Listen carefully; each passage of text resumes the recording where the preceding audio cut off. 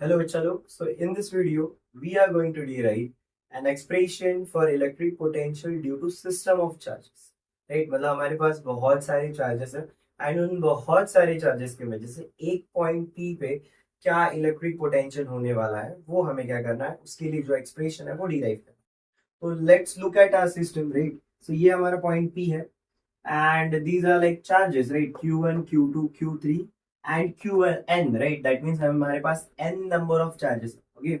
And these charges are situated at मतलब located at r1, r2 and r3 and rn respectively। मतलब qn जो charge है वो rn distance पे, q2 r2 पे, q3 r3 पे एंड qn जो है वो rn डिस्टेंस पे फ्रॉम पॉइंट p, जहां पे हमें क्या करना है, इलेक्ट्रिक पोटेंशियल फाइंड आउट करना है।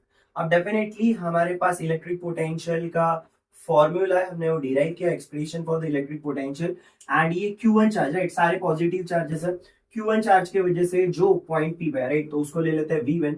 सो V1 जो होगा वो क्या होगा हमारा, उसको ले लेते हैं Q1 upon 4 pi epsilon naught और डिस्टेंस क्या हो जाएगा R1, राइट।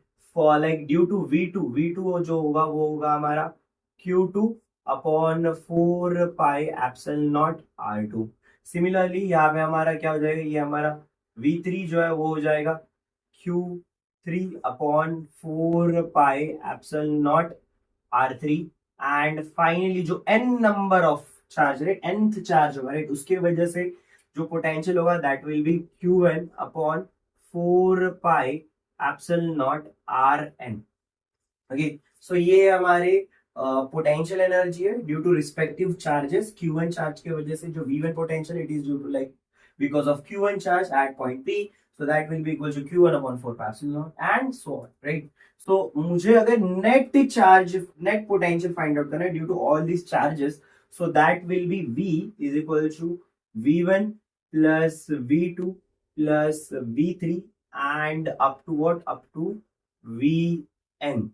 ठीक, सो वैल्यू सब्सटीट्यूट करेंगे तो क्या हो जाएगा, यहाँ पे हो जाएगा हमारा ये Q1 upon 4 pi epsilon naught R1 plus Q2 upon 4 pi epsilon naught R2 plus Q3 upon 4 pi epsilon not R3 and up to Qn upon 4 pi epsilon not Rn।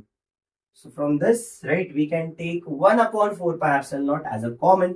So यहाँ से v जो है वो क्या हो जाएगा हमारा 1 upon 4 pi epsilon naught common ले लिया हमने, अंदर बचेगा Q1 upon R1 plus Q2 upon R2 plus Q3 upon R3 up to Qn upon Rn, right.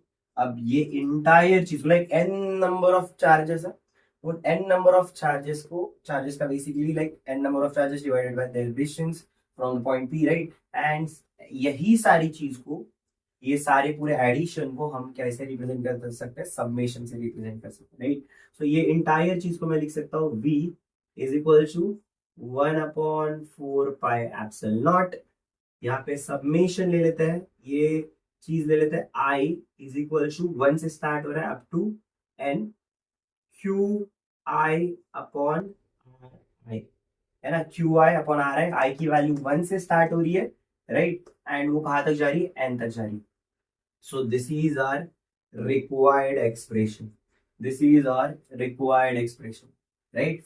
This is the expression for electric potential due to system of, basically क्या होता है कि ये जितने भी चार्जेस होंगे उन सारे चार्जेस की वजह से उस पॉइंट पे जो पोटेंशियल होगा, उस सारे लाइक इंडिविजुअल चार्जेस का जो जो पोटेंशियल होगा उस पॉइंट पे, तो हर चार्ज का जो पोटेंशियल है वो उसका क्या होने वाला है, सम, एंड उसकी वैल्यू होगी 1 upon 4 pi epsilon naught summation of I is equal to 1 से लेकर n तक जितने भी चार्जेस है, तो क्यू आई अपॉन।